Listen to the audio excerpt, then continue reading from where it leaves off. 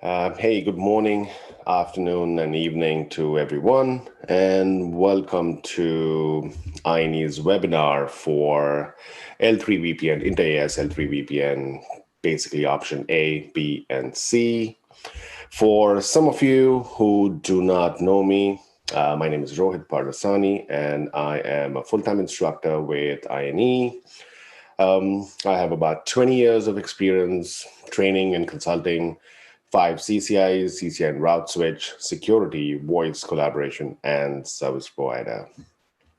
So without wasting much time, because we have a lot to cover in a short amount of time, basically looking at option A, B, and C, we would quickly jump on to what we would be doing in this webinar. So the basic topology that I would be using to demonstrate these three options is going to be this one that you see on the screen. And we have two ASs, or two ISPs, ISP1 and ISP2. ISP1 and ISP2 both have been pre-configured for a lot of things, in fact. So ISP1, which is running BGP AS100, BGP has not been configured yet, but what's pre-configured in my topology is ISP1 is running OSPF as the IGP, and it's also running LDP. So MPLS has been configured. I have also pre-configured MPLS traffic engineering within ISP1. So if R3 needs to get to R5, it's going to go to R2. Then from R2, it's going to go to R4, then R6, and then to R5. So let me, in fact, draw that out for you. So my MPLS TE has been pre-configured in this direction. And same thing for reverse. As far as ISP2 is concerned, again, I have ISIS as the IGP pre-configured, and LDP has also been pre-configured, and MPLS TE has been pre-configured. So my MPLS TE is basically from R5 to XR4, XR4 to XR3, XR3 to XR2, and then to XR1. Again, the reverse path is the same. So this has been pre-configured at this point of time before we start off with option A, B, and C. Now, if you look at from configuration perspective or differences, we'll just purely talk about option A first, which is Inter-AS option. And it's basically used to connect customers which are not connected to the same service provider. So for example, if you look at this diagram, I have a customer router 1, which basically is supposed to be in VRF red. And that customer needs to communicate with, let's say, his branch office, which is not really connected to the same ISP. So router 1 connects to ISP 1, and router 16 connects to ISP 2. So how do we connect them so that there is connectivity between them? So intra-AS is pretty straightforward, but inter-AS kind of has some complications. We have different options or versions to configure, different solutions we have to connect inter-AS. So the first solution is going to be option A. Now, in option A, it's basically the most simplest form of inter-AS communication or inter-AS connecting customers. It's the simplest form. However, it's really not scalable. The reason it's not scalable is because the two routers that connect the two ISPs, for example, in this diagram, we have router 5, which connects to ISP2 on XR1. So the two routers which are connecting the two ISPs, those routers would basically treat each other as a customer. So if I'm treating each other as a customer, so ISP1 is going to treat ISP2 as a customer, and ISP2 is going to treat ISP1 as a customer. The problem with that design, it's simple to configure. It's super easy to configure. But the problem with that design is that I need a unique interface for every customer. So let's say if I have 1,000 customers, I would require 1,000 interfaces, and I would need to create those VRFs for each of those customers. So imagine the scalability nightmare that you would face. I mean, I would say if you're a contractor paid by the hour, that's the perfect solution because it takes time and a lot to configure. But again, jokes aside, something that you would not want to do, because again, scalability is a big problem. Because every router is treating the remote ISP as a customer. So 1,000 customers or 1,000 VRFs, I would have to create that. I would have to create dedicated separate interfaces. It doesn't need to be a physical interface. It could be a sub-interface, but I still have to create those sub-interfaces, manage them, create VRFs, and that really becomes a scalability issue. The second thing that could be a problem from perspective of your LSP ID, the packet coming from customer, let's say R1, if he sends a packet to R16, he is going to send an IP packet to R3. R3, I'm going to name R3 as the true PE because he's the router that connects to a customer. I would not say R5 is a true PE because he really does not connect to a customer. But from perspective of option A, he is connecting to a customer. So even R5 would be considered as a true PE, which connects to a customer. So when an IP packet comes from router 1, R3 would put a VPN label, which router 5 has given him. And on top of that, he would put like a transport label, which is through his LDP neighbor. The problem is that the VPN label is not end-to-end. So when the packet comes to R5, R5 is going to remove all the label stacks and send an IP packet to XR1. So kind of from perspective of the customer, he kind of knows that, okay, I'm transiting multiple ASs. But let's say if I do maybe option B or option C, I can actually see the VPN label. I mean, option C has much more advantages because the VPN labels remains the same end to end. But in option A, the router 5, he is going to strip off all the labels and send an IP packet to the remote ISP. So, but option A is easy to configure. It's super easy to configure.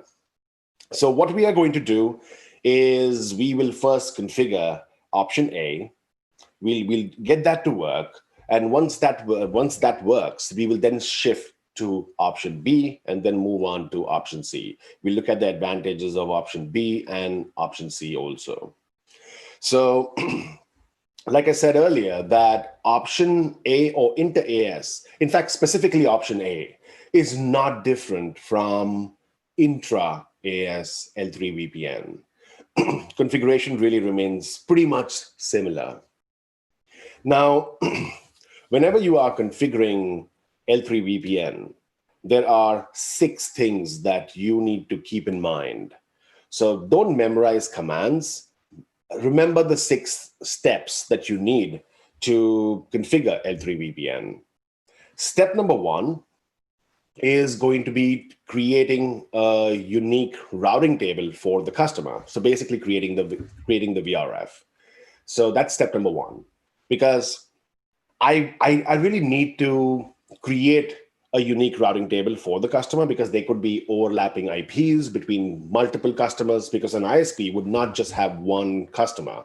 He would definitely have thousands and thousands of customers, and there could be an overlap of IP issue. So, so you don't really want the customer to be in the global table. By default, all interfaces are in the global table. So step number 1 would be to create a routing table for that customer, which is creating the VRF. There are 2 ways to do that. Either I could do an IP VRF or I could do a VRF definition, depending on what the customer requires. Let's say if he wants IPv4 and IPv6, maybe he's sending you IPv4 routes and he's sending you IPv6, then I could do a VRF definition, which supports both the address families. Or let's say if the customer says, I only have IPv4 routes and only that needs to go across and communicate with the remote branch office, then I would just do IPVRF, which is address family IPv4.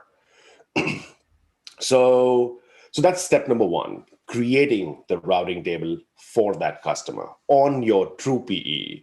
So as per this diagram, which is my true PE, R3 in ISP1 is my true PE because he actually connects to a customer. In ISP2, it's going to be XR5, which connects to the customer. So he's going to be the true PE.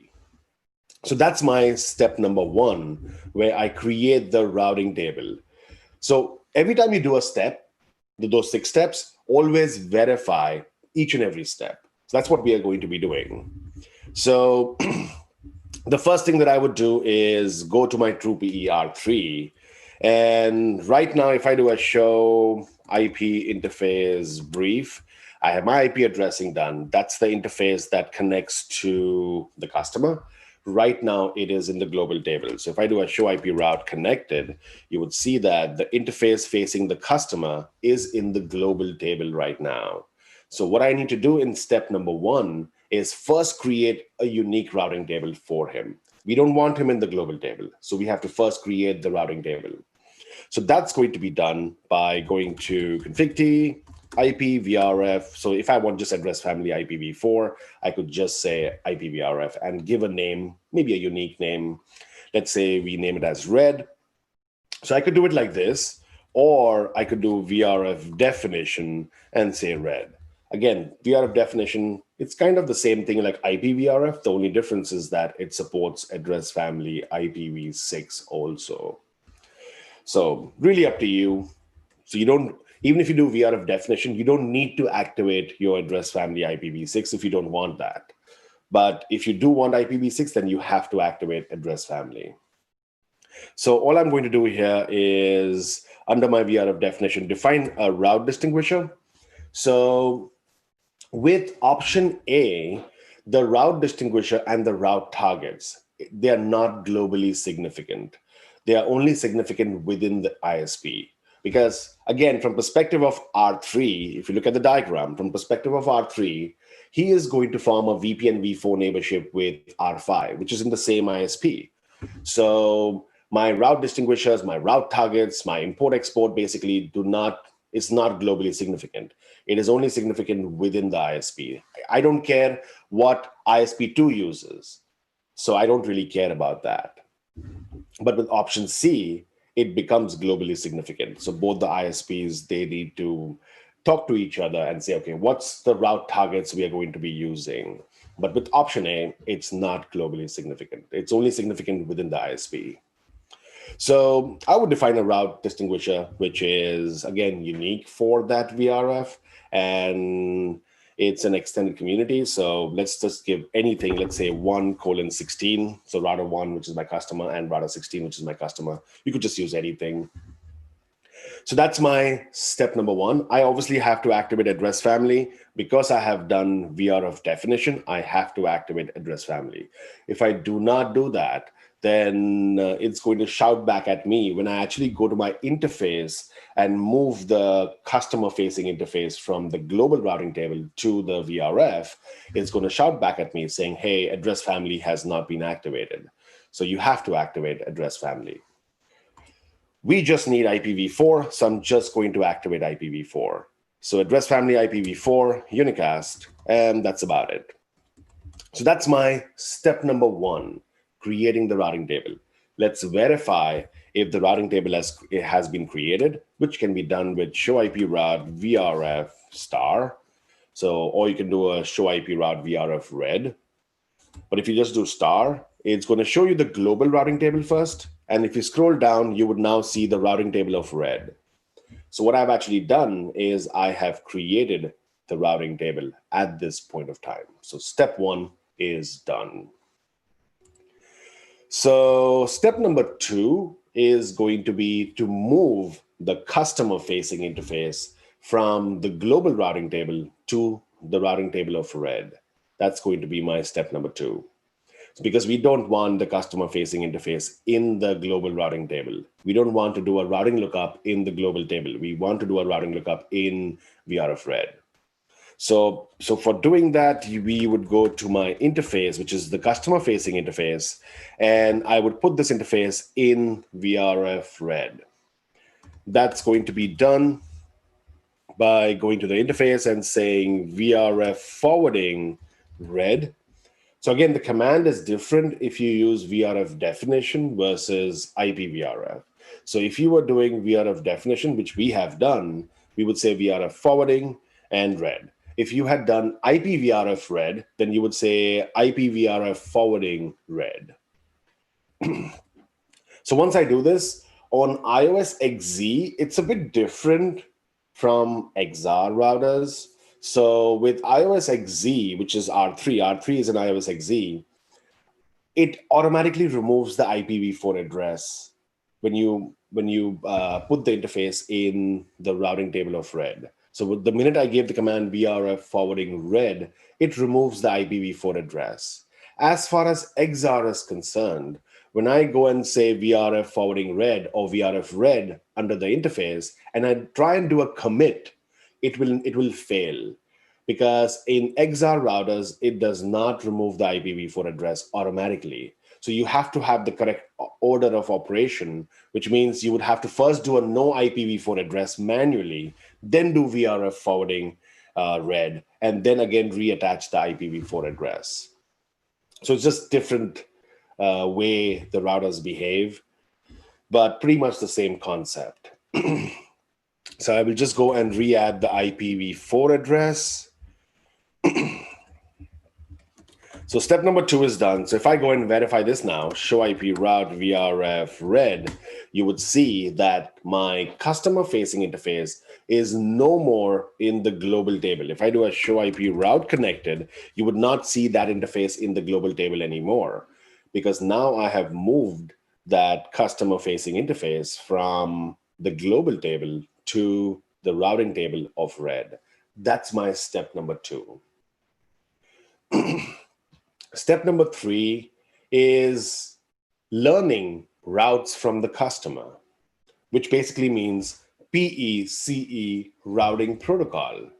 So I kind of need to run some kind of routing protocol. Again, that depends between you, the customer, and ISP. Usually, it would either be a static route or it's going to be BGP.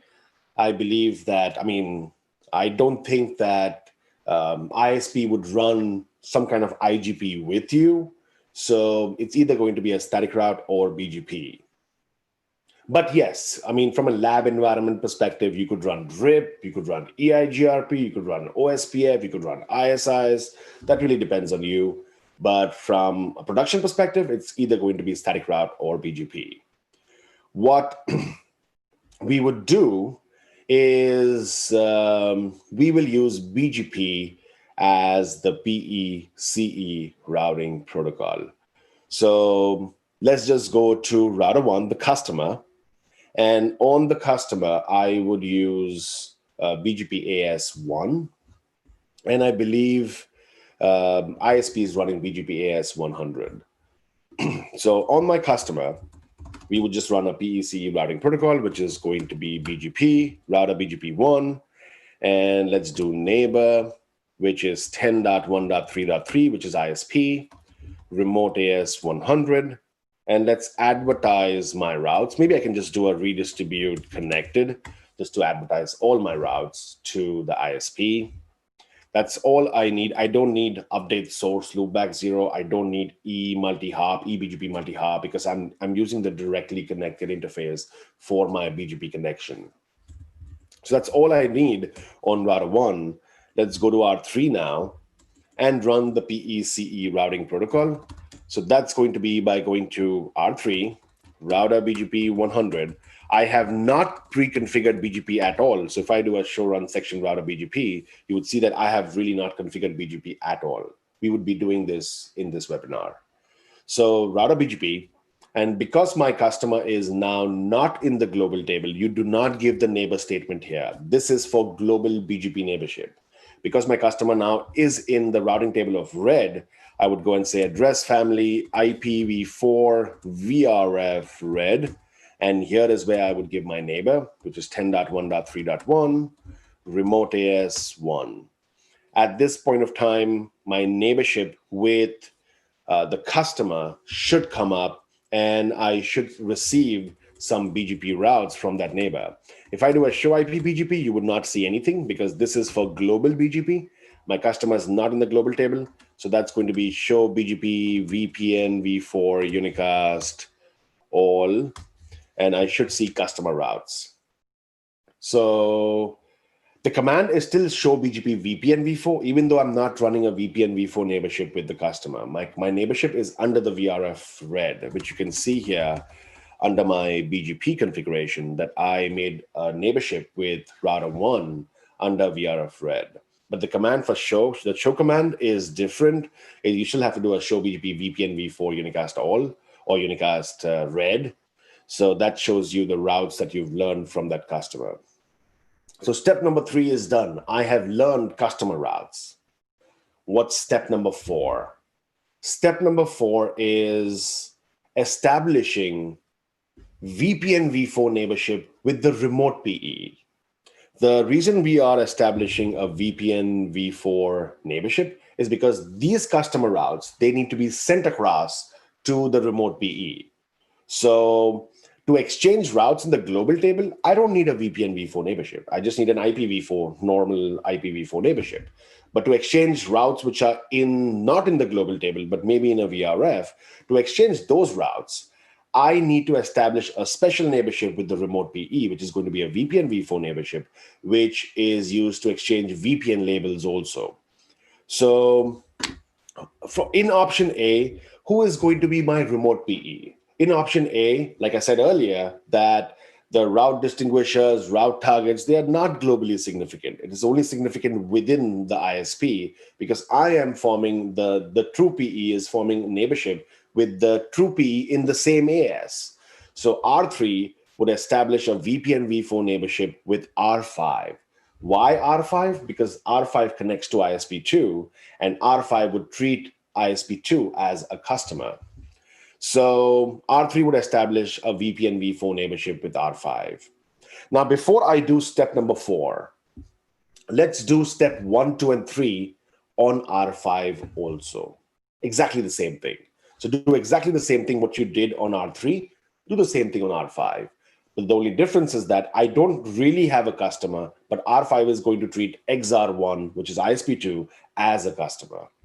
So let's go and do that, those 3 steps, and then we will move on to step number 4. So on R5, which is XZR5, I would first create the VRF. So VRF definition red. Let's define the route distinguisher 1:16 and address family IPv4 unicast. Let's exit out. Step 1 is done. Step number 2 would be the customer-facing interface should be moved from the global table to the VRF red. Customer-facing interface is going to be 531 interface, which is the link between R5 and XR1. So that's going to be do show run interface gig1.531. Let's go to that interface and say VRF forwarding red, and let's re-give the IPv4 address. So step 2 is done. What about step 3? Step 3 is going to be, again, it could be BGP, could be IGP between the 2 ISPs. You could use BGP if you want. Let's just use BGP.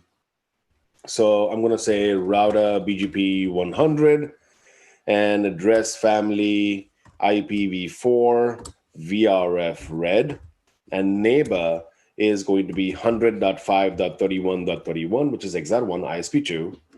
Remote AS would be 12345. That's all I need, which is my 3 steps, which I've configured on both the PEs, R3 towards customer and R5 towards XR2 or XR1, which is ISP2. 3 steps done. Step number 4 was VPN neighborship, VPN v4 neighborship between the 2 PEs within the same ISP, which is R3 and R5. They are going to establish a VPN v4 neighborship with each other so that they can exchange routes with each other. Now, do I need BGP default route target filter, which is normally done in option B? I don't need that because R5 has a VRF red. So he's not going to filter the route. Because he has the VRF red, he is going to accept the route, obviously based on import-export. So which we haven't done yet, which is going to be my step number 6. So let's go and do step number 4. That's going to be address family, or in fact, I can just do a neighbor. Now, what you can do is, let's say if you want to exchange just customer routes between the PEs, you can enable VPN v4 neighborship. But let's say if you had to exchange even global IPv4 routes, so you want to exchange IPv4 and VPN and your customer routes, then you need two neighborship, IPv4 neighborship and VPN v4 neighborship. But if you want to exchange only customer routes, not global BGP neighborship, you can disable your address family IPv4 and not form neighborship on IPv4, but just form neighborship on VPN v4. That's really up to you depending on your customer requirements or depending on your ISP requirements. So what I'm going to do is, we don't need IPv4 neighborship. We don't need that. So I will go and disable that. I will do a no BGP default IPv4 unicast. So that kind of tells me that don't enable IPv4 address family automatically unless I go and give the activate command. So by default, it's enabled. So default command is BGP default IPv4 unicast, which means the minute I give the neighbor statement, my IPv4 BGP neighborship gets activated. I don't have to give the activate command. But for VPN v4, I always have to give activate command. But if I give this command, which is no BGP default IPv4 unicast, even if I give the neighbor statement, I have to go under address family IPv4 and activate my neighborship. Otherwise, with my IPv4 neighborship would not come up. So since we want only VPN v4, we do not need to exchange any IPv4 global routes. So I will just disable my my default IPv4 unicast so that my IPv4 neighborship does not come up. Let's now give the neighbor statement. So neighbor is going to be on the loopback. Always use the loopback for your BGP neighborship. I've seen that a lot of people make that mistake that they form neighborship on the physical interface. There are two problems with that. The first problem is going to be that obviously if you have multipath, it's going to be a problem if your link goes down. The main issue is going to be that your penultimate hop popping, which is for your transport label, that's going to happen one hop earlier, which means that your packet is going to get dropped. So never form neighborship on the physical interface. Try and form the neighborship on the loopback. So neighbor is going to be 3333, which is the true PE in my ISP, remote AS 100. Let's give update source loopback 0, and address family VPN v4 unicast neighbor 3333, activate, and let's do next hop self. So if you look at my BGP configuration now, with R3, under address family IPv4, the activate did not come automatically because I disabled BGP default IPv4 unicast. I disabled that. So now my IPv4 neighborship would not come up, but VPN v4 neighborship will come up. Let's go and do the same thing on R3. So router BGP 100 and no BGP default IPv4 unicast. And the neighbor 5555, remote AS would be 100. I should give the update source because I need to use my loopback as the source. And address family VPN v4 unicast, neighbor 5555, activate. And I really don't need the next hop self. I don't need that because I'm actually getting the routes from the customer in the VRF. So automatically I would have the next hop as myself to going towards my iBGP neighbor. If this was global routing table, global BGP neighborship, yes, I would need next hop set towards my iBGP neighbor. But if it's a VPN v4 neighborship, you don't really need that. So my VPN v4 neighborship has come up. If I actually do a show, let's say show BGP IPv4 unicast all, or maybe unicast summary, I would not have any IPv4 BGP neighborship. I don't, because I did not activate IPv4 BGP neighborship. I did activate the VPN v4. So if I do a unicast all summary, you would see that I have a VPN v4 neighborship with R5. It kind of shows a VPN v4 neighborship with customer also, but that's really under the VRF red address family, IPv4 address family of VRF red. It's not a VPN v4 neighborship, but it kind of shows under VPN v4. So now I have done my step number 4. If I actually go to R5 now and do a show BGP VPN v4 unicast all, you would see that I should be receiving routes. I'm not receiving those routes. R3 has the routes in his BGP table. R3 has the routes. Is he sending the routes to R5? I don't know. Let's go and check that. So if I do a show BGP VPN v4 unicast all, and let's do neighbor 5555 advertise routes, I am advertising the routes. If I look at R5 and let's do a debug BGP VPN v4 unicast, I believe updates, and let's do a clear IP BGP star soft. So I am receiving the routes, which you can see here, 1111 and 10130. I am receiving the routes, but it was denied due to extended community not supported. What does this mean? It basically means that you don't have import-export. So it's basically going to deny those routes or filter those routes if you don't have import-export. So in option A, you have to do import-export because R5 is also treating XR1, the remote ISP, as a customer. So I need R3 to export the route with a tag, and then R5 to import the routes to accept those routes. So step number 4 was VPN v4 neighborship. Step number 5 is going to be basically redistribution between the PECE routing protocol. So in our case, we use BGP as the PECE between R3 and customer. So step number 5 does not exist. But let's say if I was using the PECE as maybe OSPF or RIP or EIGRP, if my PECE was not BGP, in that case, I would have to redistribute as step number 5 from BGP to the IGP, which is the PECE routing protocol, and from the IGP to BGP.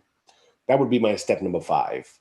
But because I'm using BGP end-to-end, I don't have to redistribute. So step number 5 gets eliminated if you're using PECE as BGP. Step number 6 is your import-export. Now, a lot of you people may think that shouldn't we do the import-export right at the start, step number 1, when I was creating the VRF? Yes, you could do that. It kind of saves time to do that, at least in the lab exam. Yeah, you could do that. But I personally like to do that at the end. The only reason being is, let's say if I was doing central services or shared services, I really like to know, okay, what am I importing? So maybe I'm importing multiple sites as a central services so that I know, okay, this is what I'm going to export, and all these sites are going to import that, and I am going to import all these sites. So I kind of like to plan that later on as the last step. But yes, if it's just one site, you could just do import-export right at the start. You don't really need to worry about what I'm going to export and what I'm going to import. But that's my step number 6. So I would go back to my PEs and go back under my VRF.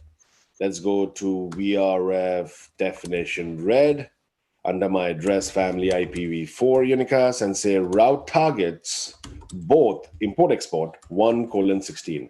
It doesn't need to be the same as the route distinguisher. It could be different, but it's only significant within that ISP. So whatever R3 exports, R5 needs to import. And whatever R5 exports, R3 needs to import. I'm just going to keep it same within that ISP. So let's do a both 1:16. So my import and export is 1:16.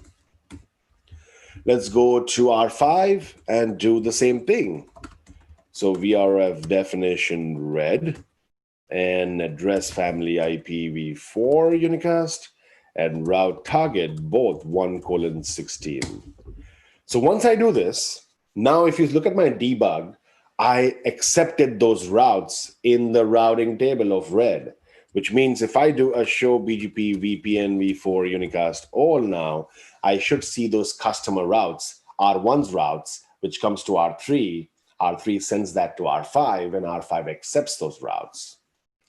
Now, what is he going to do with those routes? He is going to import those routes in the VRF red towards ISP2 and send those routes to ISP2 through BGP. So 6 steps done. ISP1 is ready. I have nothing to configure on ISP1 anymore. Now, all I need is to configure ISP2. Again, for ISP2, the steps are the same. Commands may be different because it's XR routers versus XZ. So in my diagram, ISP2 is only running XR routers. ISP1 was only running XZ. So commands may be different, but the 6 steps still remains the same. So just remember the 6 steps. So I'm going to start this off with XR1, and I'll do my step 1, 2, and 3, and then I'll configure XR5 and do my step 1, 2, and 3. So on XR1, I would do exactly the same thing. First, create the VRF. So config T. If I do a show run VRF, I have nothing pre-configured. So all I do is say VRF red, and we can say address family IPv4 unicast and exit out. You can give your route distinguisher here. You can give that. However, you still need to give that under BGP. But giving the route distinguisher under the VRF red here, like how we do it in XZ. In XZ, I need to define the route distinguisher under the VRF in step number 1. I don't define route distinguisher in BGP. But in XR routers, my route distinguisher is defined under BGP, not under the VRF. So I would not define my route distinguisher here. I just say VRF red and address family. That's it. Let's exit out and let's do a commit. So my routing table for red should be created. Again, if I do a show route, and let's say if I do a show route VRF red, I should see the routing table of VRF red. So right now there are no routes in that, but I have created my step number 1.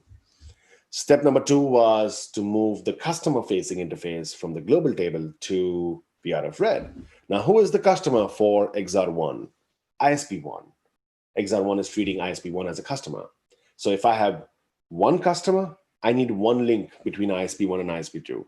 If I have 10 customers, I need 10 links between ISP1 and ISP2. Each link would go in the respective VRF. That's the biggest problem with option A, but it's easy to configure. So going back, I would go back to my interface, which is the customer facing or ISP1 facing interface, which is 531. And you remember I said that when I put the command VRF red on the interface in XZ, it removes the IPv4 address automatically, but XR does not do that. So if I go to my interface and say 531 and just say VRF red and say commit, it's going to give me an error saying, hey, my configuration failed, which if I do a show configuration fail, you would see that that a fatal condition occurred. IPv4 address must be removed prior to defining the VRF red. So just an order of operation. XZ does it automatically, XR does not. Just do a no IPv4 address and then say VRF red, and then go back and put the IPv4 address again, and then do a commit.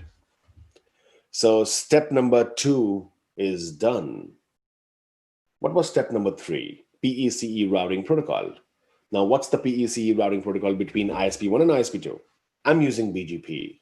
So I would run BGP on XR1, and that's going to be under the VRF. So let's go and do that. Router BGP 1, 2, 3, 4, 5. The first thing that you do here is activate address families globally. So it's kind of different from XZ. So you really have to activate address families in a lot of places in BGP in XR routers versus XZ. So if I don't do that, the minute I go and say VRF read under BGP and say address family IPv4 and try and commit, it's going to give me an error saying that address family globally under BGP has not been activated. So you have to activate address family IPv4 unicast. Let's also activate address family VPN v4. Let me exit out. Address family VPN v4 unicast. Exit out. And now we can say VRF read. Define your route distinguisher here. I did not define the route distinguisher under the VRF read when I created it, which is different from XZ. In XZ, I had to do that there, not under BGP. But in XR, you do it under BGP. So route distinguisher, again, here, I don't need to use 1:16, because this is ISP2. He can use whatever he wants. He doesn't need to coordinate with ISP1 because it's only significant within the ISP, but not between ISPs. So maybe I'll use a different one. I'll use 16:1. So I'll use a different one. I could use the same one just for simplicity, but I could use a different one also. It's not globally significant. So let's say 16:1. And then I would say address family IPv4 unicast. So activate address family here also under the VRF. Exit out and then say neighbor. So who's my neighbor going to be? My neighbor is going to be R5. I am treating ISP1 as a customer. So 100:5:31:5. Remote AS would be 100. And address family, again, I have to activate here also under the neighbor. And there's one more thing I would need, which on XR routers I do need, on XZ I do not need. I need a route policy. Because my BGP neighborship is an eBGP neighborship, XR1 is basically going to filter all the routes received from that customer. Let me in fact not do that, and let's do a commit just to see if my BGP neighborship comes up. So if I do a show BGP IPv4 unicast, and let's do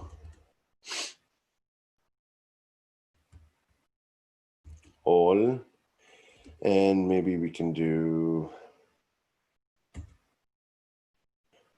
so yeah, so if I look back at R5, my neighborship is up.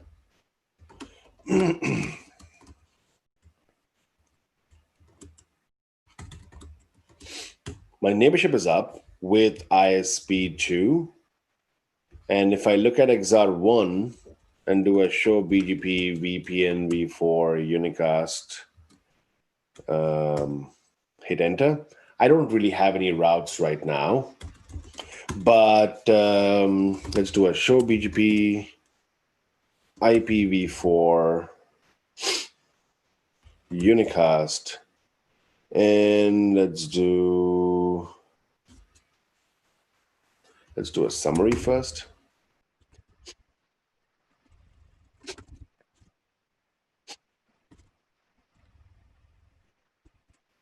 Yeah, I don't have routes right now, but we should be receiving routes. We've done our step 1, 2, and 3, but I don't have the routes because of, again, being filtered because of the route policy. Let's go and create the route policy. So I don't need to be fancy with my route policy for the eBGP. You can just have a simple route policy which just says pass. So accept all the routes. Obviously, if you want to do some path manipulation, you could add local preference or wait or med or AS path, whatever you need. But in our case, it's just an eBGP connection, and I need the routes from that remote ISP. So I'll just create a route policy. Let's name this as pass. And the condition for this route policy is going to be just pass. So just accept all routes. End policy. Let's go back to BGP. I think it's 1, 2, 3, 4, 5. And VRF read. Neighbor 100.5.31.5. Address family IPv4 unicast. Yet I would define my route policy pass inbound. So when I receive routes, accept those routes. And also when I'm sending routes, send those routes. Because XR routers, if it's an eBGP connection, it does not accept any routes. It does not send any routes by default. So you do need a route policy. Let's commit.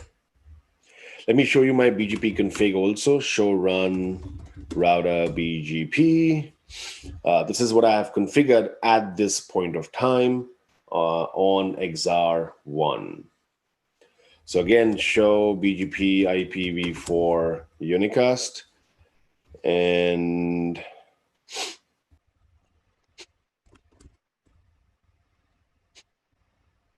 let's do VRF red and IPv4 and unicast. So I have those customer routes now.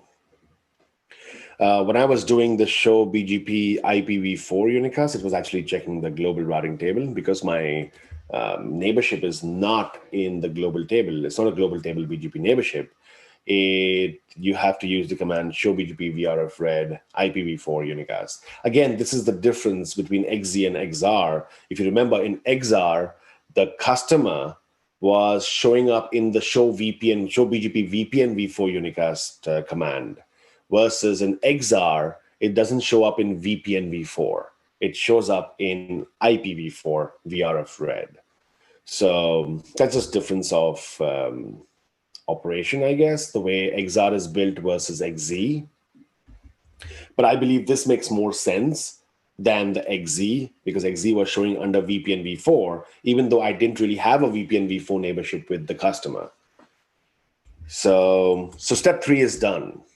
Let's do the step 3, 1, 2, 3 on the true PE, which is, I believe, XR5 towards this customer. So I will go to customer first, R16, and run BGP. So config T, router BGP. Let's use 16 here and say neighbor. I believe it is 10.16.35.35, remote AS 12345, and let's say redistribute connected. Let's go to XR5 now and do our 3 steps. So VRF red, I create. I don't define route distinguisher here. Address family IPv4 unicast. That's it. Step 1 is done. Step 2 was move the customer facing interface to the VRF red routing table, which is, I believe it's 1635.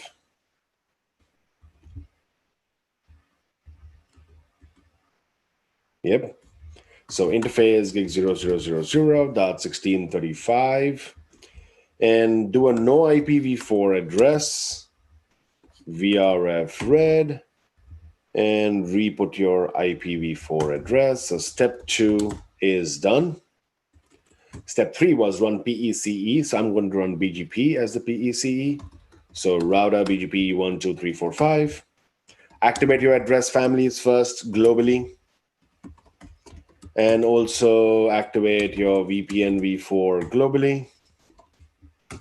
And now I can say VRF red, route distinguisher, I believe we use 16:1, and address family IPv4 unicast, so activate under the VRF red. And then you can say neighbor. Neighbor is going to be 10.16.35.16. Remote AS would be 16. And address family IPv4 unicast. Do I need a route policy? Again, it's eBGP, right? Customer to the ISP. So I do need a route policy. Let's add the route policy also. Route policy pass in and pass out. I still have to create the route policy. Do not do a commit here. It's going to fail because the route policy does not exist. So let's exit out and create our route policy, pass, and the condition is just pass. Let's do commit. So let me show you my BGP config again. Step number 1 was just creating the VRF. Step number 2 was moving the customer-facing interface from the global table to the VRF red.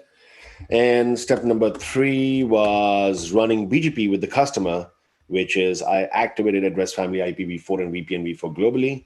I have VRF red, route distinguisher, address family activated, and then under the neighbor, I have my address family again activated, and then I have the route policy pass in and out. Again, it kind of depends on the version of the XR. So this version requires the address family to be activated globally, then under the VRF, and then under the neighbor. But I've seen some versions don't really require this one. I've seen that. So it kind of depends on your version or the platform version that you're using. So when you do a commit, it's going to tell you that if it fails, it'll tell you that the address family is not activated. So then you can go and activate that. So at this point of time, I should learn customer routes. Show BGP VRF red IPv4 unicast, and let's hit enter. I have customer routes.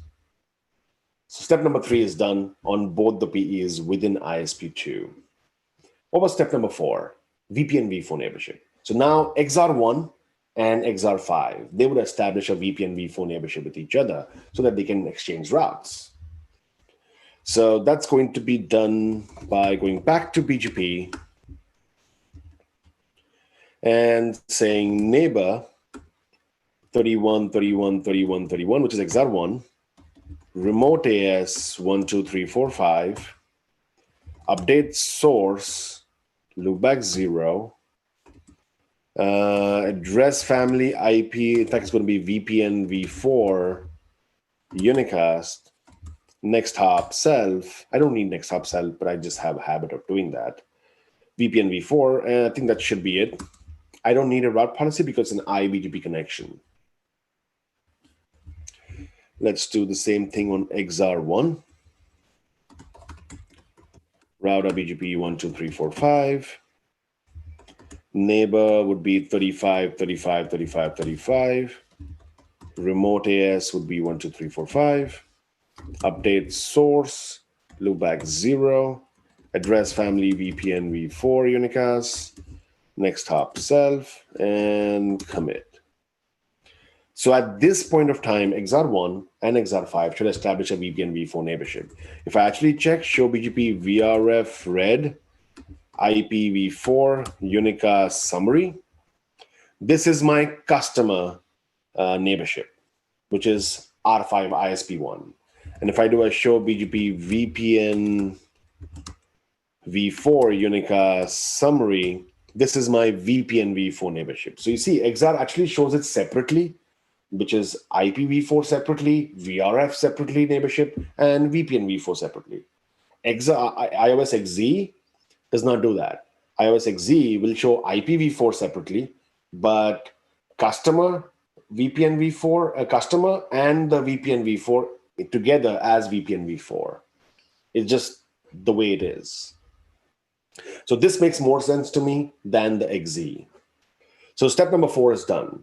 Step 5 was redistribution. I don't need redistribution because it's end-to-end BGP. So I just moved to step number 6, which is import, export. So all I do now is go to XR1, go to my VRF, which was read under my address family IPv4, and do my step number 6, which is import route targets. Again, I could use anything. It doesn't need to be the same as ISP1. I'll just use 16:1 and export route targets 16:1. Let's do commit. We will copy this on XR5.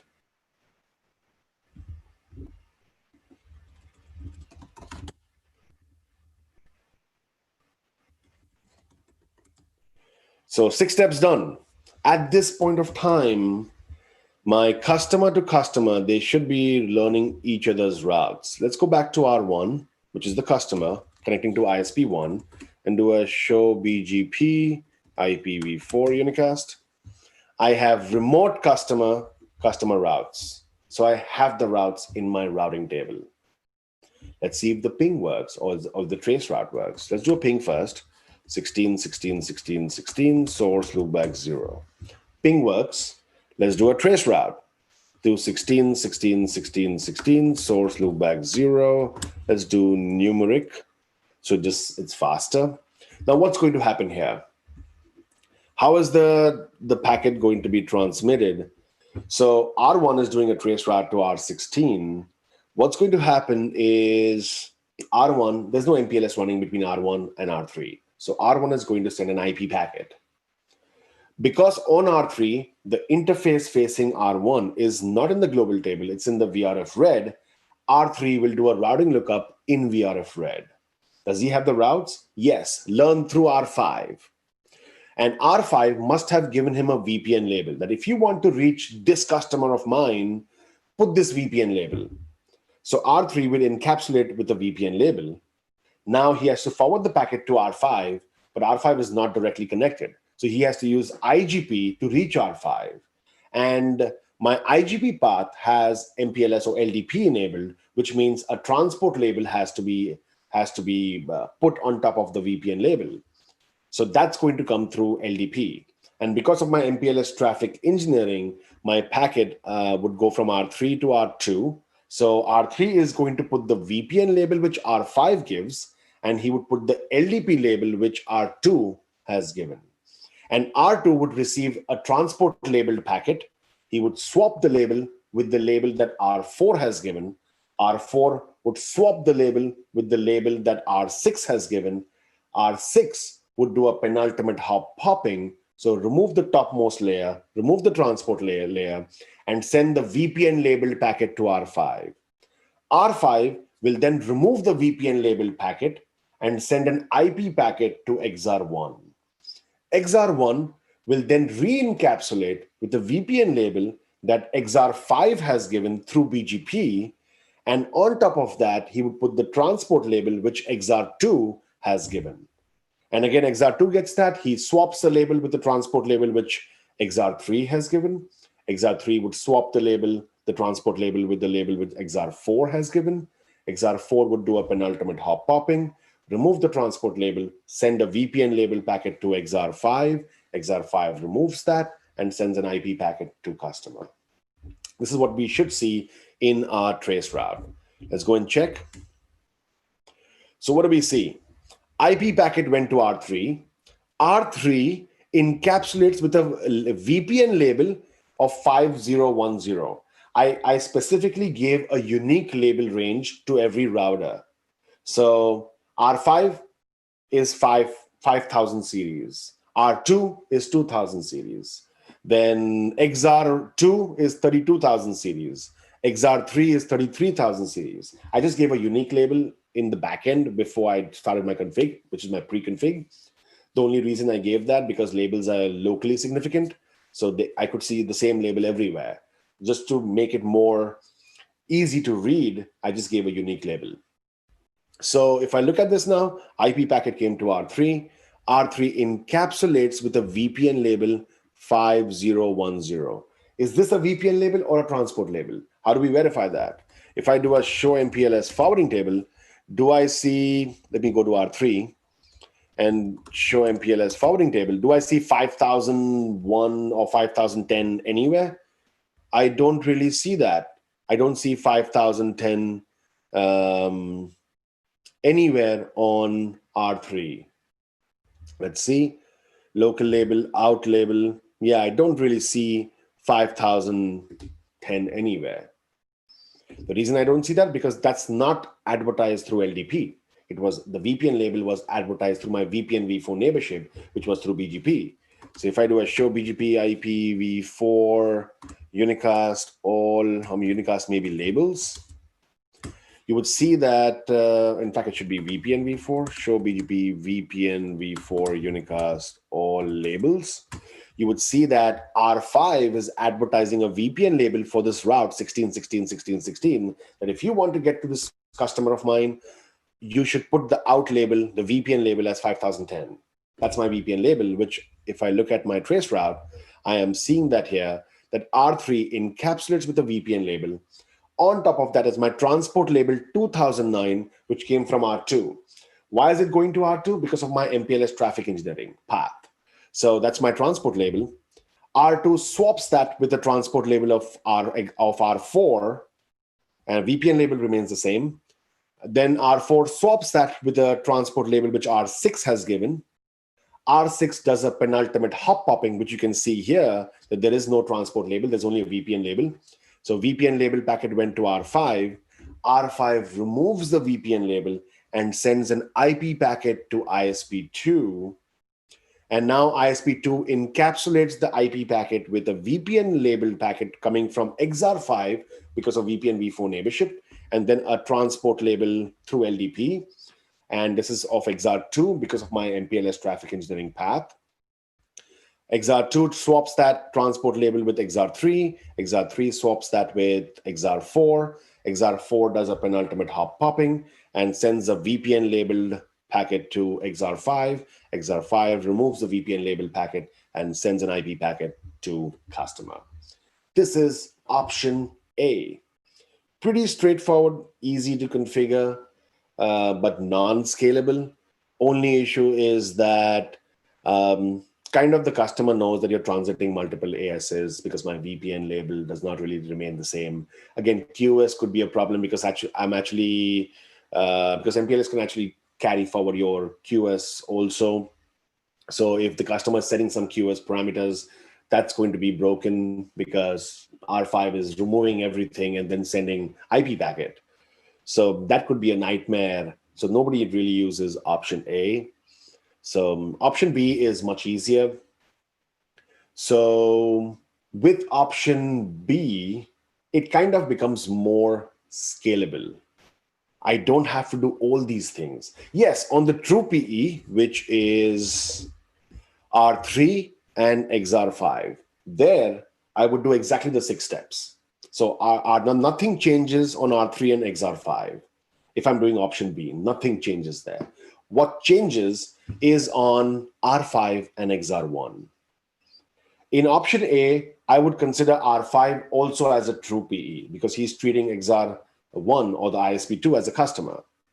But in option B, I would not call R5 a true PE because he's not really connecting to a customer. He's connecting to an ISP. So in option B, we don't really create the VRF. We don't really create that. Instead of R5 removing all the labels, sending an IP packet, what's going to happen is my VPN v4 neighborship is going to be end-to-end. So earlier in option A, I had a VPN v4 neighborship just between R3 and R5 and between XR1 and XR5. There was no VPN neighborship between 5 and XR1. But this time I would have a VPN v4 neighborship between R5 and XR1, which means my VPN v4 neighborship becomes end-to-end. So it's from R3 to R5, R5 to XR1, XR1 to XR5. So that makes life simpler because now I can have thousands and thousands of customers and I don't need to have a unique interface because I'm not really creating VRFs on R5. So my configuration becomes smaller and it becomes more scalable because I only need one interface between R5 and XR1. So let's do option B now. So there's no LDP running between 5 and XR1. There's no LDP there. There's a VPN label. So the only difference in the trace route is going to be that R5 does not remove the VPN label. He swaps the VPN label. That's the only difference in option B. So let's try and do that. I believe nothing will change on R3 and XR5. Nothing would change there. I would only do R5 and XR1. So I'm going to go back to R5 first and remove a bunch of things. So let's go and do a show runs section router BGP. Let's just kill the entire BGP and just rebuild R5. No router BGP 100. And I can just copy paste this part, which is 3. I can copy paste this part. So router BGP 100. So I have a VPN v4 neighborship with R3. And I will remove my, let's do a unall. I will remove my VRFs. I don't need VRFs anymore. So no VRF definition red. And let's re-give the IP address, gig 1.531, because it removes my IPv4 address. IPv4 or IP address 100.5.31.5. 255.255.255.0. So here the difference is going to be that the link between ISP1 and ISP2 is going to be in the global table. It's not going to be in the VRF because I'm not creating VRFs on R5 anymore. So it is in the global table. So let me check again, show run section VRF. So I have no step 1. I have no step 2. I did not put the interface in the VRF. It's in the global table. So there's no step 1, there's no step 2. Step 3 was PECE routing protocol. There's no really step 3. There's no step 3 also because now I'm not considering ISP2 as a customer. So there's no step 3 also. Step 4 is going to be there, which is VPN v4 neighborship with XR1. So instead of me forming IPv4 neighborship under the VRF, and now I'm forming a VPN v4 neighborship globally. So let's go back here. Router BGP 100, say neighbor 100.5.31.31, remote AS 12345, and then say address family VPN v4 unicast, neighbor 105.31.31, activate. So if I look at my BGP, so that's the only thing I did. I did activate for that neighborship. So step 4 is there. There is no step 5 because there's no PECE routing protocol, so there's no redistribution. There's no step 6 also. There's no import export because I don't have VRFs.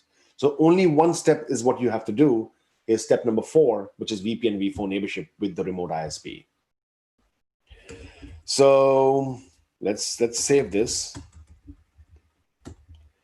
And go and configure. Obviously, my neighborship is not, it's going to flap right now because XR1 has not been configured yet. Let's go to XR1 and do the same thing. I will remove my VRF. So let me first do a show run router BGP and copy a few things. So this is what I will copy. There won't be VRF red. So I'll just kill my BGP. No router BGP 12345. And then say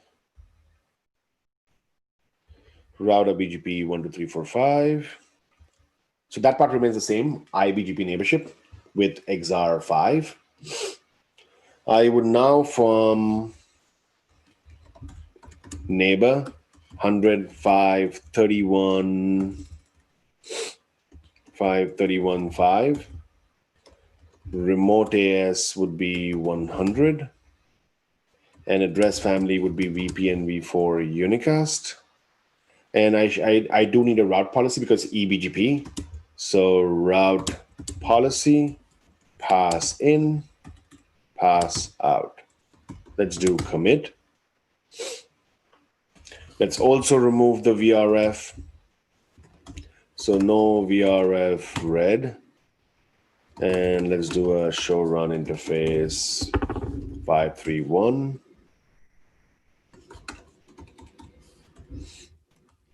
Say no IPv4 address, no VRF red, and IPv4 address 105.31.31. Commit. So even on XR1, I did not do step 1. I removed the VRF, I removed the interface from the VRF and put that back in the global table. And so there's no step 1, there's no step 2, there's no step 3. Step 4, I did a VPN v4 neighborship between ISP1 and ISP2. There's no step 5, there's no step 6, only one step. So if I look back now at R5 and do show BGP VPN v4 unicast all summary, I have two BGP VPN v4 neighborship, one with my local PE, which is R3, one with remote ISP, which is XR1. If I look at XR1 now, show BGP VPN v4 unicast summary, I have two BGP VPN v4 neighborship, one with my local PE and one with ISP1. That's all I really need for option B. However, my routes, they're not going to be exchanged. The routes are basically going to be filtered on both XZ and XR. On XZ, it is getting filtered because I don't have route targets. So if you don't have route targets, the router has a built-in feature which says that if you don't have route import export, I will filter the routes. Now in option A, I had the VRF, I had the import export, so I was accepting the routes. But here, because I don't create VRFs, I don't create route targets, it basically filters those routes. So R5 will basically not accept routes from even his local PE and even from the remote PE. So show BGP VPN v4 unicast all, I have no routes. So in option B, you would have to go and give one command which says no BGP default route target filter. It is enabled by default, which means that filter the routes if you don't have route targets. I have to disable that. So that's going to be done by going to router BGP 100 and give the command no BGP default route target filter. Now he will accept the routes. So if I go back and do a show BGP VPN v4 unicast, he should see the routes coming in from his local PE and maybe the remote PE also. In fact, he won't get the remote PE right now because I still have to disable the route target filter on XR1 also.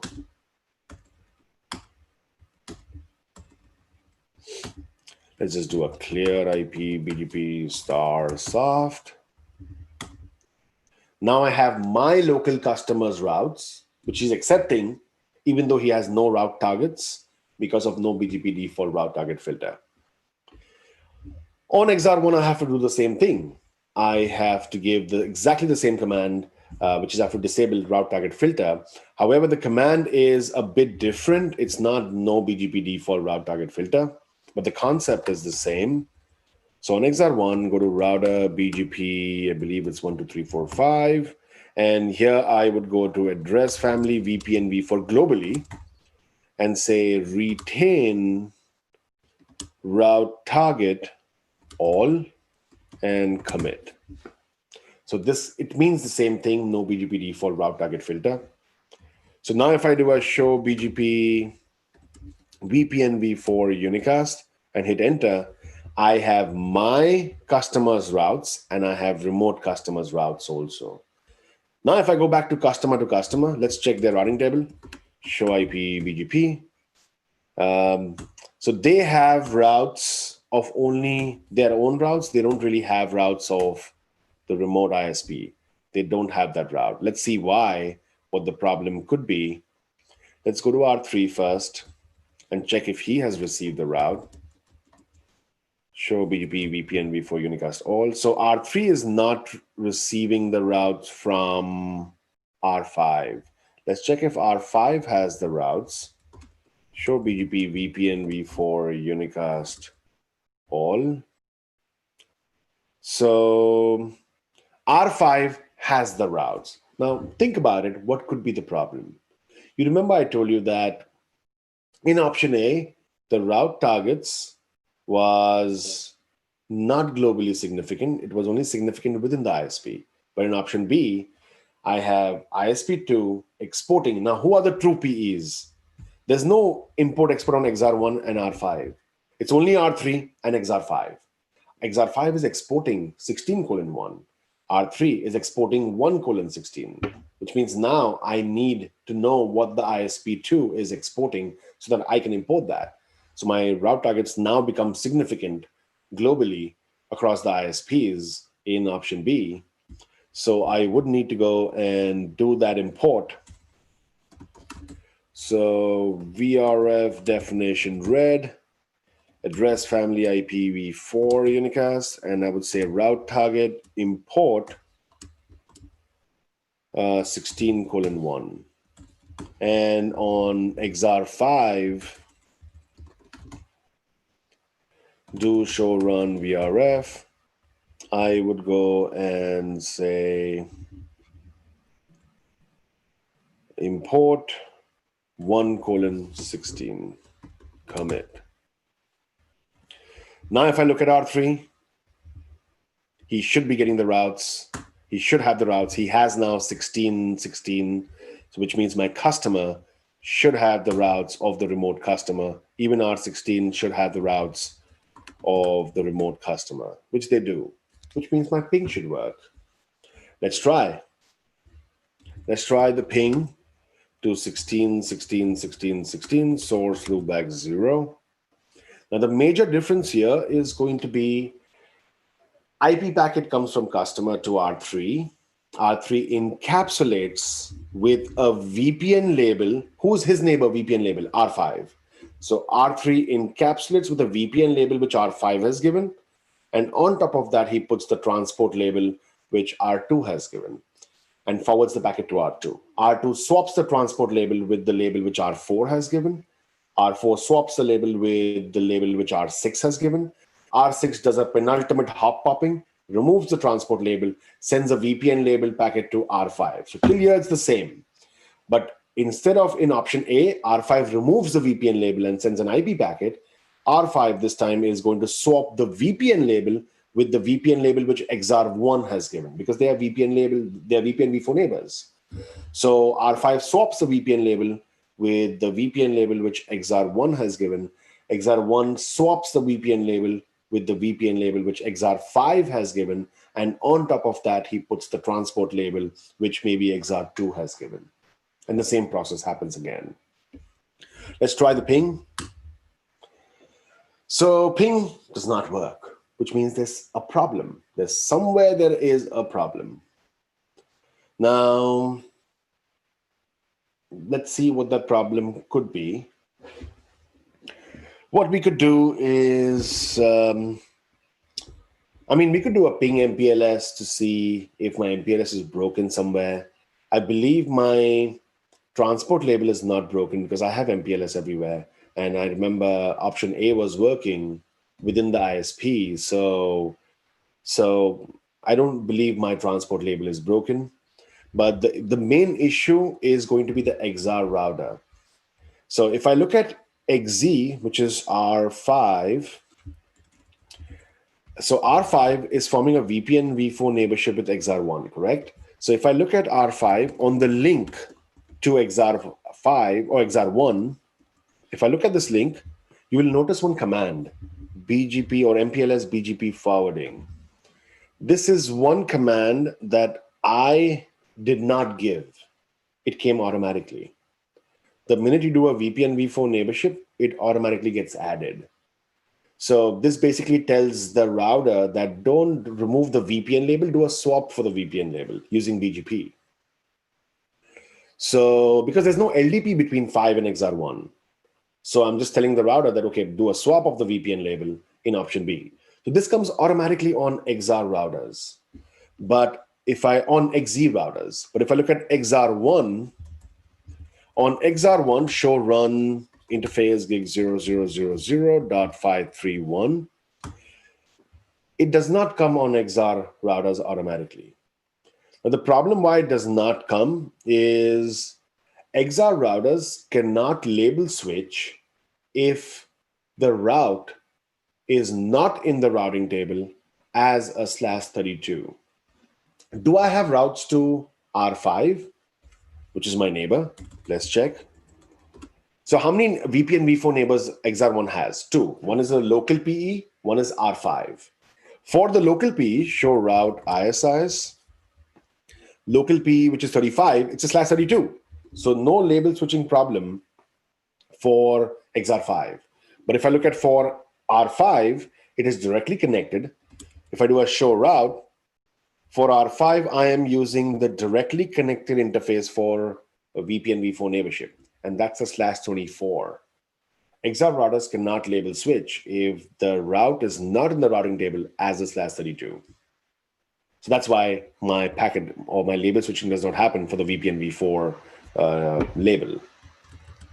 So I need to go and create a static route for that directly connected neighbor to make it /32. Let's do a router static and say address family IPv4 unicast and say 100.5.31.5/32 would be going out through gig 0000.531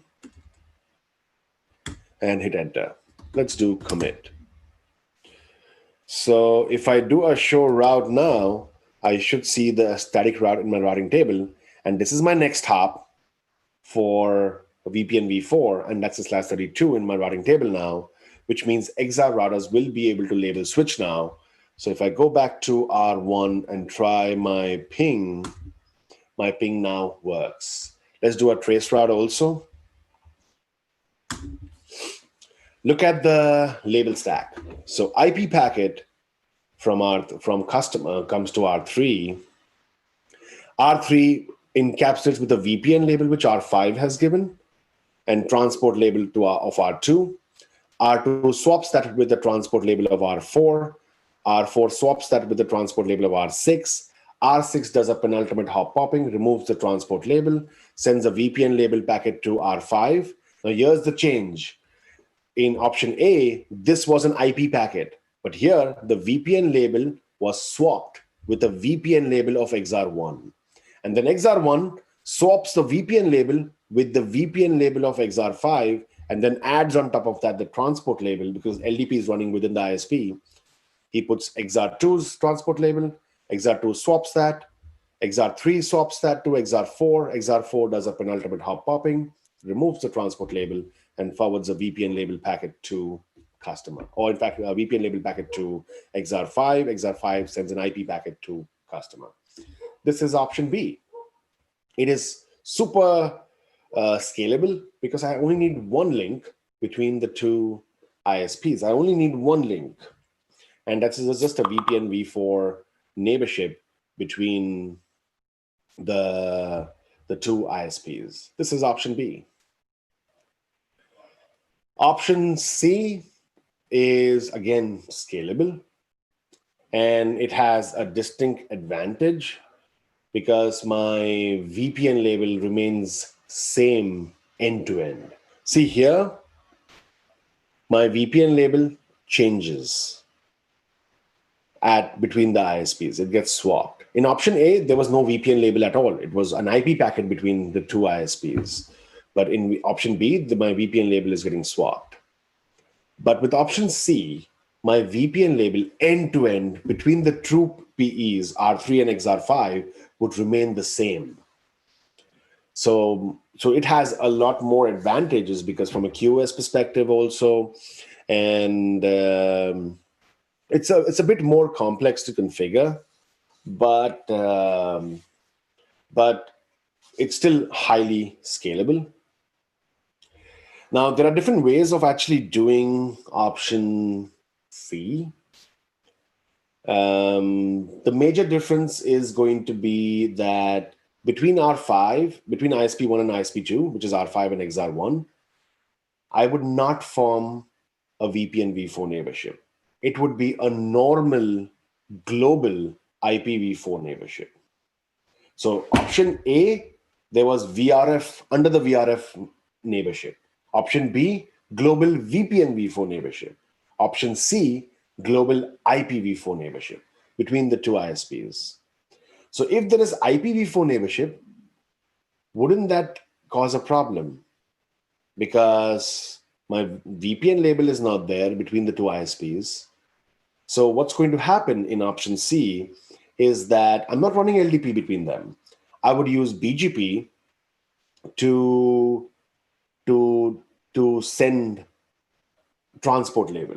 So instead of R6, which was earlier, if you look here, R6 was doing a penultimate hop popping and sending a VPN labeled packet to R5. This time R6 would not do a penultimate hop popping. My transport label would be end-to-end between the two PEs. And penultimate hop popping would only happen one hop before the true PE. That is option C. So to demonstrate that, there are two ways to actually configure this. We don't really have time to see both the methods. What we can do is we can use LDP to generate the transport label within the ISP. So what's going to happen in option B? Let me draw it out for you.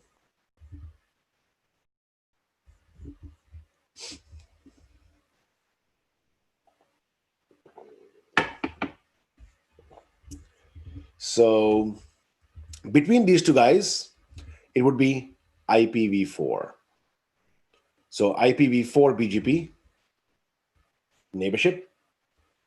And this would be, again, this is not just a normal IPv4, it's actually IPv4 plus label. So there's actually a transport label being generated. And then VPN v4 neighborship could be between R3 and XR5 directly, but that makes it non-scalable. So a typical design would be to use a route reflector. So what's going to happen is I would go back. I would form a VPN v4 neighborship here.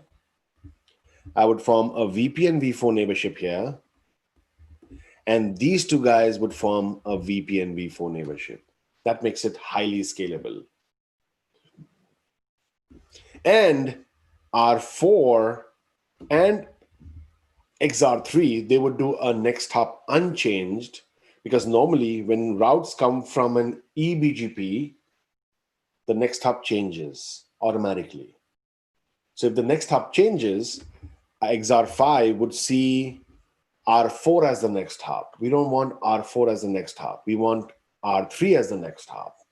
So R4 would do a next hop unchanged, and XR3 would do a next hop unchanged to each other, which basically means that R3 and XR5 would see each other as the next hop, and that's why VPN v4 neighborship labels would be end-to-end as per XR5 and R3. We actually see that. And to generate the transport label, we would have to redistribute the routes which are learned between these two guys. We'd have to redistribute that in IGP. So here and here in ISIS also. So option C is a lot more complex to configure, but again, highly scalable. And again, scalable if you use a route reflector. And my VPN label remains end-to-end same.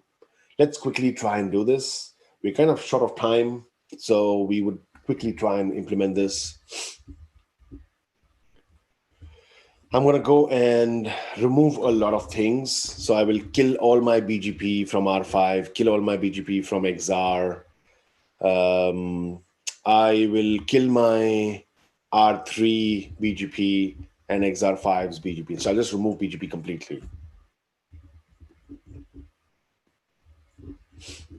Let's go to R5 first and do a no router BGP 100. Let's go to XR1. No router BGP 1, 2, 3, 4, 5. Commit. Let's go to XR5.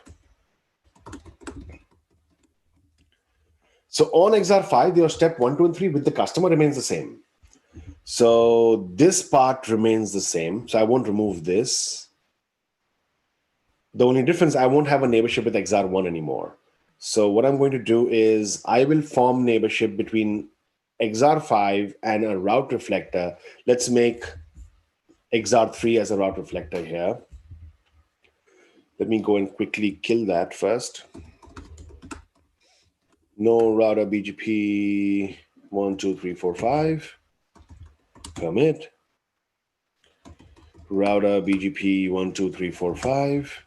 Address family IPv4 unicast. Address family VPN v4 unicast. And let's paste the VRF red part.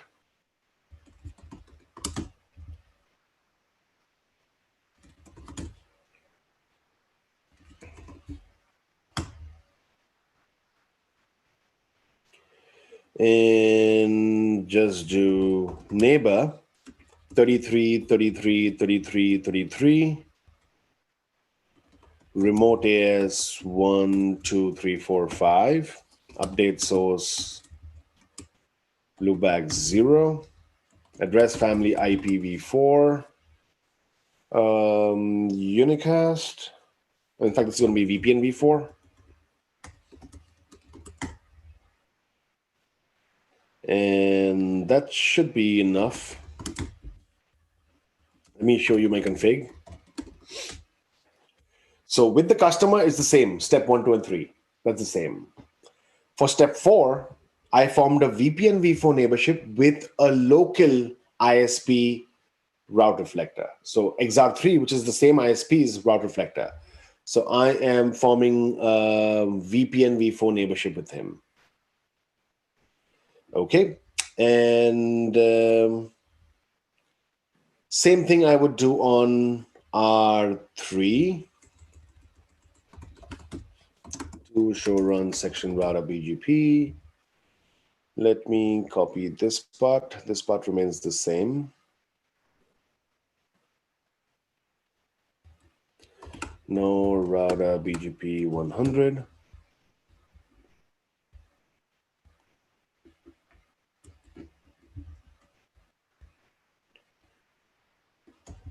And let's copy this. And all I would do is say neighbor. For ISP1, I would use R4 as a route reflector. So 4444, remote AS 100. Update source loopback 0. And address family VPN v4 unicast, neighbor 4444, activate. That's my BGP config on R3. So with customer, it's still the same step 1, 2, 3. But my VPN v4 neighborship is now with a route reflector within my ISP. Okay, so I believe R3 is ready, XR5 is ready. Now all we need to do is configure the route reflectors. So on R4, I would form a VPN v4 neighborship with XR3. And on XR3, I would form a VPN v4 neighborship with R4. That's what I would do on, I believe, where is that?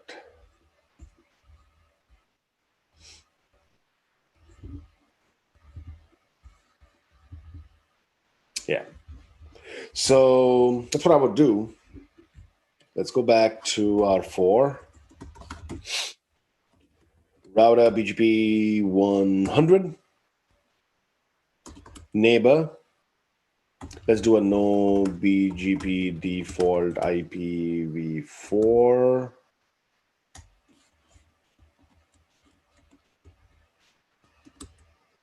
Unicast. And say neighbor 3333, remote AS 100. And update source would be loopback 0. So I'm forming first neighborship with my local PE, update source loopback 0. And address family VPN v4 unicast, neighbor 3333, activate. Okay.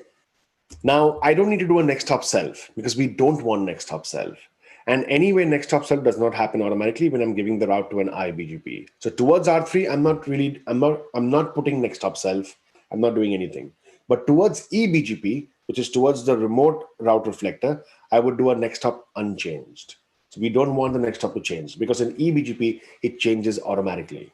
So here I would give the command neighbor remote route reflectors address 33, 33, 33, 33. Remote AS would be 1, 2, 3, 4, 5. Update source loopback 0.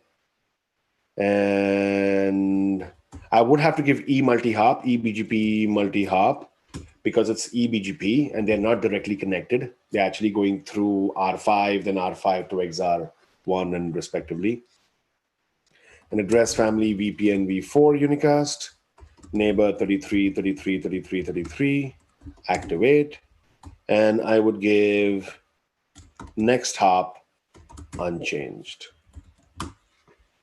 Same thing on XR, I believe it's XR3.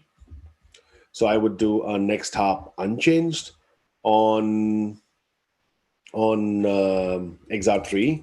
Let's configure that. I believe it is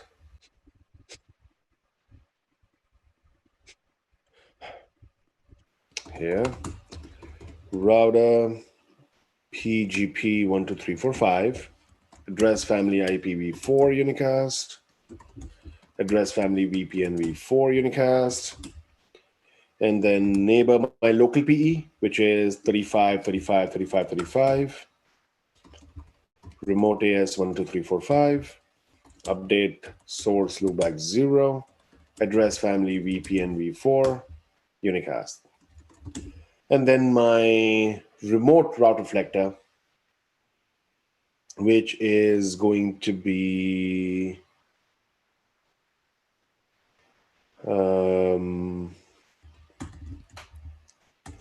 in fact, I should give one more command under my address family, which I think I did not.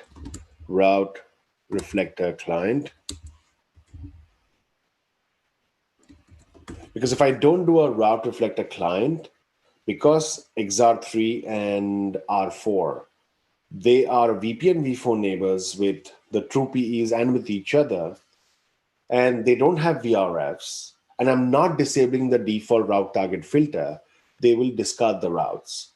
So instead of me creating VRFs, which we don't do in option C, instead of me disabling the default route target filter, which we do in option B, in option C, we would make him into a route reflector. If he's a route reflector, even if he does not have VRF, even if he does not have route targets or a route target filter is not disabled, he would still accept the routes if he is a route reflector. So I should do that. And let's go and do neighbor, remote PE 4444. Remote AS would be 100. Update source would be loopback 0. eBGP multi-hop. And then address family VPN v4 unicast. Here I would need next hop unchanged. And I would need a route policy because it's XR routers. So route policy pass in, pass out, and just create a route policy then.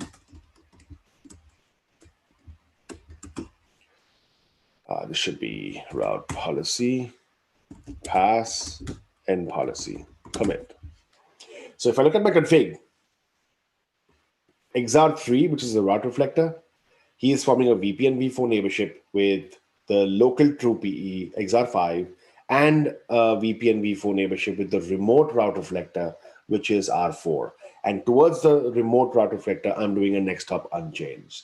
And towards my local true PE, I have just given route reflector client. I have not done next hop self. I have not done that.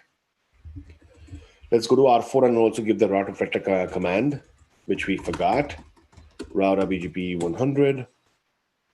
Address family VPN v4, neighbor 3333, route reflector client. Okay, so now if I do a show BGP VPN v4 unicast, all summary, I have two VPN v4 neighborship, one with the local true PE, one with the remote route reflector. But the remote route reflector neighborship hasn't come up. Why is that? No routes. It has to be reachable. Now, R4 is in ISP1. XR3 is in ISP2. They don't have IGP running between them, so there's no routes between them. They don't have reachability to each other. So how would they form BGP neighborship? That's where R5 and XR1 comes in. So R5 and XR1 would run global IPv4 BGP neighborship, and they would advertise in BGP each other's reflector routes to each other. And this BGP IPv4 neighborship would not just be an IPv4 BGP neighborship. It would be a labeled IPv4 BGP neighborship, which means the transport label is through BGP between them. There's no LDP running between them. And when they learn each other's reflector routes, those routes would be redistributed in their local IGP, which means the transport label within the ISP would be generated by LDP. That's the difference. It is a bit confusing, but when you actually look at the trace route, you'll get to know what's happening behind the scenes. So what I'm going to do now is on R5, I will go and run BGP neighborship between R5 and XR1, and that's going to be my that's going to be basically IPv4 labeled BGP neighborship. So right now I have no BGP running. I'll just say router BGP 100 and say no BGP default IPv4 unicast, and just say neighbor 100.5.31.31 remote AS 100, or in fact it's 12345.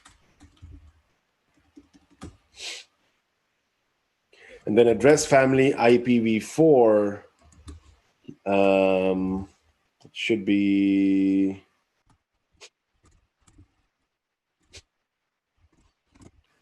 neighbor. Neighbor was what, 100.5.31.31. Again, this is different commands because this is XZ. We don't give labeled unicast command, we just do send label. But in iOS XR, the address family would be labeled unicast address family. So I was just checking if this XZ also has that command. So neighbor 100.5.31.31, activate, and then do send label. So we don't want the transport to be broken. See, in option B, there was no need for transport label between the two ISPs. There was VPN label swapping happening.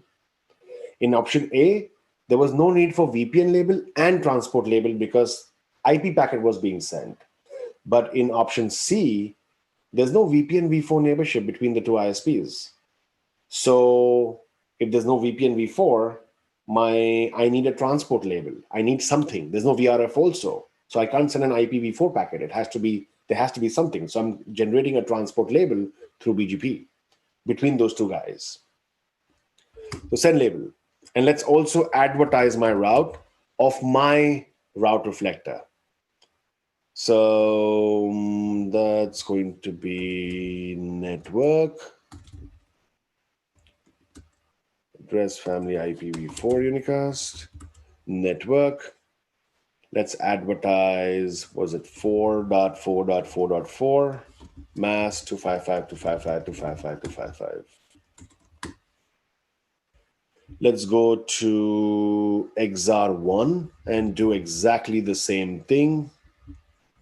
So on XR1, we would do exactly the same thing where we would form an IPv4 BGP neighborship with router 1. So let's go and do that. I believe I don't have BGP right now.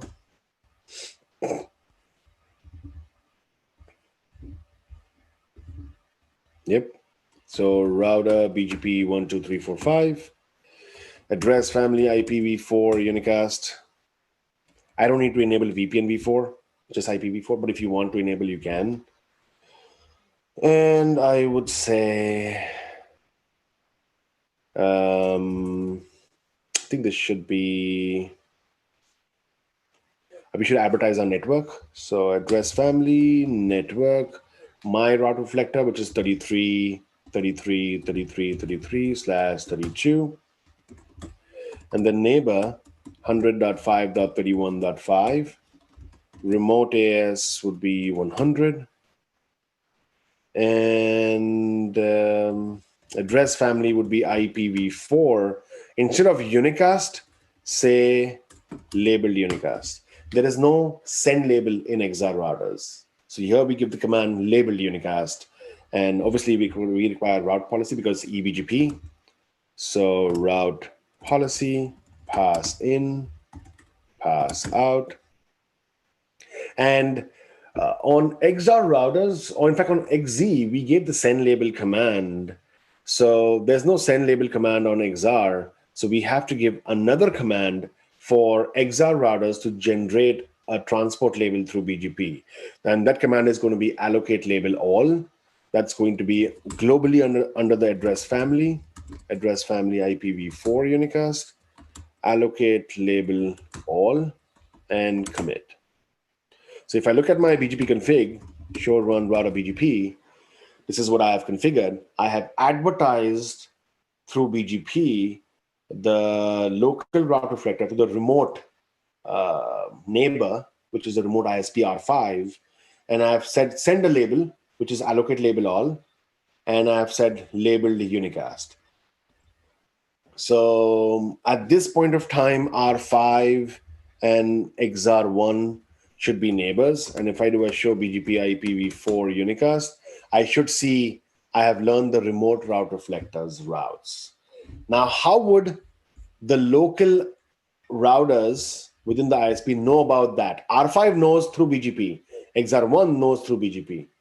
They would now redistribute that in IGP. And once that gets redistributed, IGP will generate the transport label. So LDP will generate the transport label for the route reflectors. So R5 is now going to redistribute that into IGP. So router OSPF, I believe it's OSPF1, redistribute BGP 100 subnets. And if I look at XR1, router ISIS1, address family IPv4 unicast, redistribute BGP 1, 2, 3, 4, 5, commit. So once I do this, if I look at the route reflector now, R4, show IP route OSPF, he has learned the remote route reflector through IGP, through redistribution. And because it's an IGP route, if I do a show MPLS forwarding table, I would see a label for 33 by R5, the transport, the normal LDP. And from R5, it's going to be the BGP send label. So what's going to happen behind the scenes? Let's see, look at that. R1 sends a packet to R16. IP packet comes to R3. R3, now who is his neighbor, VPN v4? Is R3 forming a VPN v4 neighborship with XR5? No. He's only forming neighbors VPN v4 with R4. Normally, you would put the VPN label of R4. But because R4 is doing next hop unchanged and XR3 is doing next hop unchanged, the next hop is going to be for R3 is going to be XR5. The next hop is going to be XR5. Is that XR5 reachable? Let's look at that first. I believe if I do a ping, let's do a show IP route BGP first. A show BGP. I don't have the route. The reason I don't have the route, if I look at R3, show BGP VPN v4 unicast, look at my next hop. Look at my next hop. So I don't have the routes from R4. Let's check R4 if he has the routes. Show BGP VPN v4 unicast. So he has the routes. R4, the route reflector has the routes, but the next hop is XR5, which is not reachable. So my R5 and XR1 they have to also exchange the true PE's loopback to generate the transport label. So I need to go back to R5 and advertise my true PE, address family IPv4 unicast, network, I believe it's 3333, mass 255.255.255.255, and on XR1,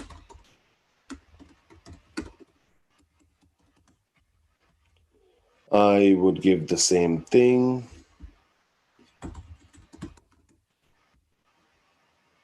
Network 35.35.35.35/32.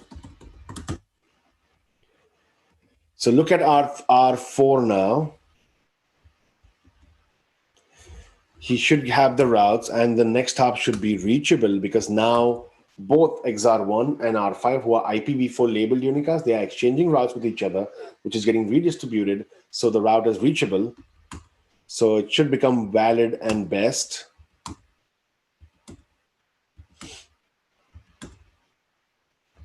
BGP takes time. Let's do a show route OSPF just to see.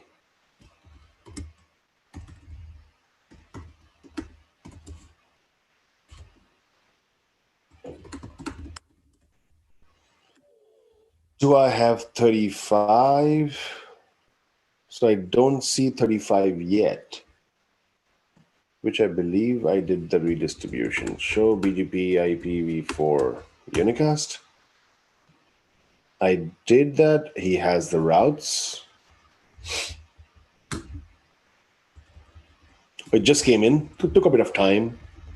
It just came in, which means my BGP route should be valid and best, which means R3 sees the route and it's valid and best. He sees the route now. But look at the next hop.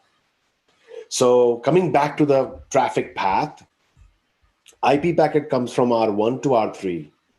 R3 does a routing lookup in VRF red. To reach 16, he sees next hop as 35, 35, 35, 35. Is he my VPN v4 neighbor? No. Let's just do a show BGP VPN v4 unicast, all labels. Who's R3 is the VPN v4 neighbor? R4. What did R4 tell R3? That if you want to reach 1616, put the VPN label of 35,011, which is the VPN label of XR5. Why is that? Because the next hop is unchanged. So R3 is going to put the VPN label of XR5, and to reach that 35 next hop, he is going to look at OSPF. To reach 35, he has to go to R5, which means use the transport label. And if I do a show MPLS forwarding table, the transport label for 35 was generated by LDP because of redistribution, which you can see here, 5013. So what's going to happen behind the scene if I do a ping? Let's do a ping first. Ping 16, 16, 16, 16, source loopback 0.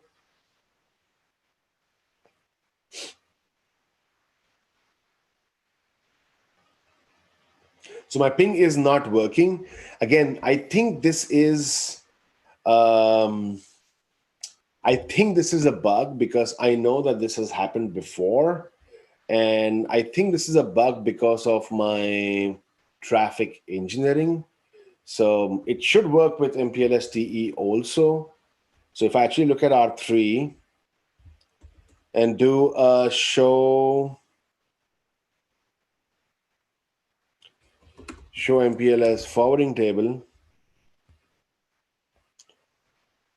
I see a label 5003. So I have TE configured. I think this is a bug because if I remove my MPLS TE, the ping will work. I think it's just a bug with this version. Let me in fact check on XR5 also, if he has learned the route. Show BGP VPN v4 unicast. So I do have the routes. And let's do a show MPLS forwarding table. Do I have a label for 1111?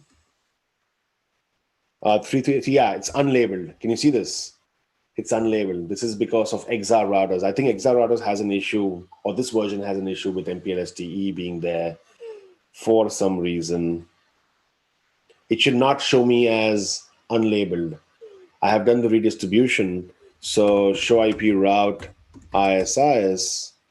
I should have a label for 3333 because it should come through LDP. I think it's because of the TE. Let me try and remove that. Or maybe I'll shut down my TE. MPLS TE 0. Let's shut this down. Show MPLS forwarding table. Now I have a label for 3333. So I think it's a bug because it should work with MPLS TE also. I know I've tried this on a different platform or a different version, but I think this is a bug. I don't really know what's the bug ID, but I'm sure this is a bug. Let's try again the ping. This time my ping works. And let's do a trace route to 16, 16, 16, 16, source loopback 0, numeric. What do we see? Look at the VPN label. So first IP packet goes to R3. R3 encapsulates with a VPN label, which XR5 has given to XR2, XR3. XR3 has given to R4, and R4 has done next up unchanged towards R3. So that's the VPN label which R3 puts in. On top of that is the transport label, which is through BGP between R5 and XR1. So this is not VPN label, this is transport label. On top of that is the LDP label, which is 2009. So what's happening is R3 puts the transport label through LDP. He puts the transport label 5013, which R5 has given to IGP, again through LDP because of redistribution. And this is the VPN label. What's happening now? Swap happened of the transport label. R4 swaps it with R6. R6 does a penultimate hop popping, removes the transport label, and sends the transport label, which is inside, to R5. R5 swaps the transport label with the transport label learned through send label BGP and forwards to XR1. XR1 forwards that to, he swaps the transport label with LDP label, which is through XR2, then XR3, XR4, and then penultimate hop popping happened, transport label is removed, and the VPN label packet comes to XR5. XR5 removes the VPN label packet and sends an IP packet to customer. So look at my VPN label. It's the same end-to-end between the two PEs. This is option C. It's a lot more complex to configure, but highly scalable.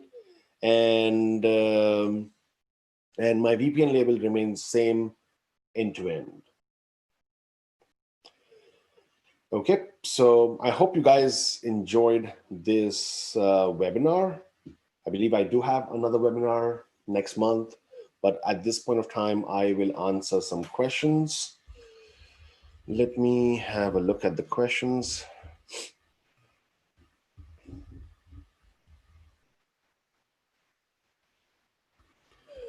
Okay, so I see a question.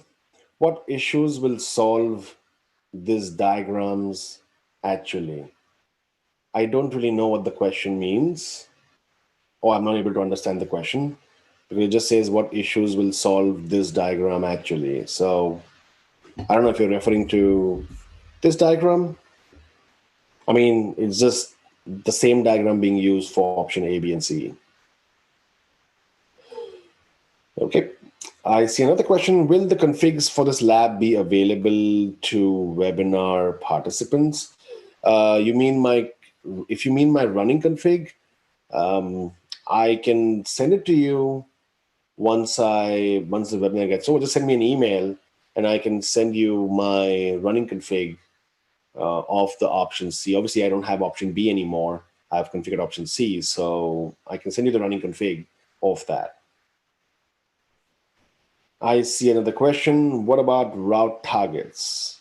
What about them? You need route targets on the true PEs. The only difference is that whether you do whether it's option C or B or A. Depending on that, your route targets would be globally significant within the ISP or between ISPs.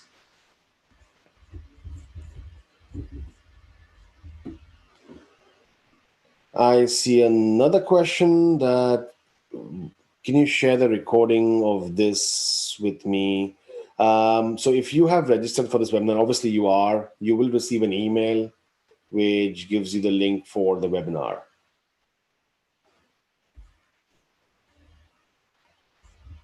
All right, I believe that was these were the only questions I received.